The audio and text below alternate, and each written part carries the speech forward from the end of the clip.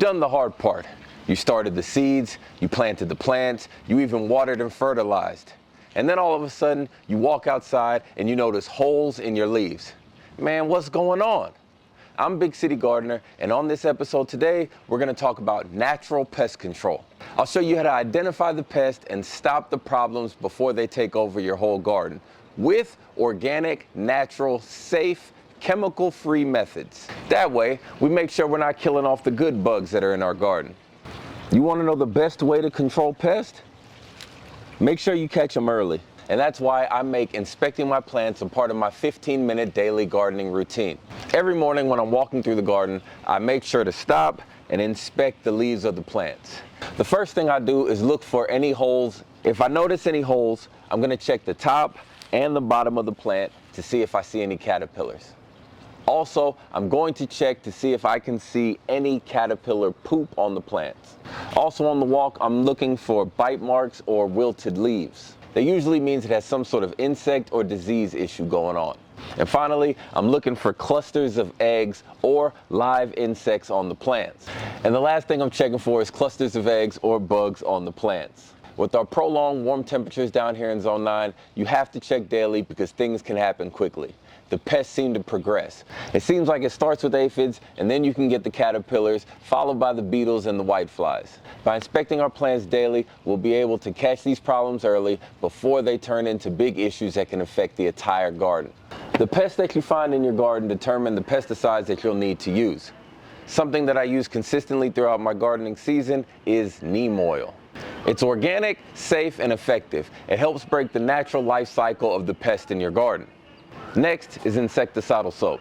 You can use this for any soft-bodied insects that you find in your garden like whiteflies or aphids. Third, I like to use garlic or chili sprays. These are simple DIY things that you can make with ingredients that you probably have lying around your kitchen right now.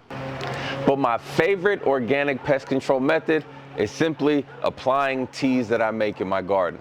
Whether it's compost tea, worm tea, comfrey tea. I don't have any science to back this up, but when I apply it to the leaves through a foliar spray, all my plants are healthy and I don't really have to deal with very many pests. Make sure to check out this video right here where I talk about a bunch of different DIY organic pesticides that you can make with ingredients you probably have laying around your house.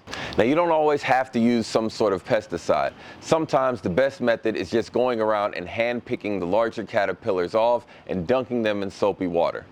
While it might sound bad, it's one of the easiest ways to get rid of the adult caterpillars, but you'll still have to deal with the babies that are hatching. Now, the best way to apply these pesticides is through a pump sprayer like this or like this.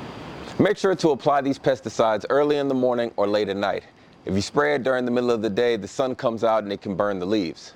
Also, you may want to test the pesticides on a few leaves before you spray the entire plant. While the organic pesticides are cool and they work well, I think there's a better way to deal with pests when it comes to gardening, and that is to discourage them from even entering your garden. And the way you accomplish preventing pests is not being boring. Add some diversity to your garden. And by diversity, that can be interplanting, that can be companion planting. Really what I'm trying to tell you is don't just monocrop one plant in your garden.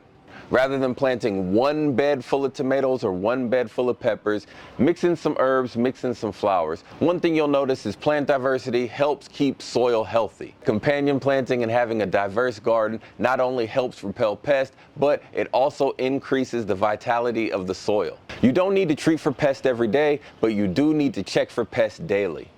But pest control has many parts. While we can inspect daily and use organic pesticides, we also need to make sure that we have healthy soil. Healthy soil equals healthy plants, and healthy plants are able to fight off disease and pests. So make sure that you cover your soil with mulch and you only feed your garden soil with organic amendments. Organic pest control isn't hard, it just takes some consistency.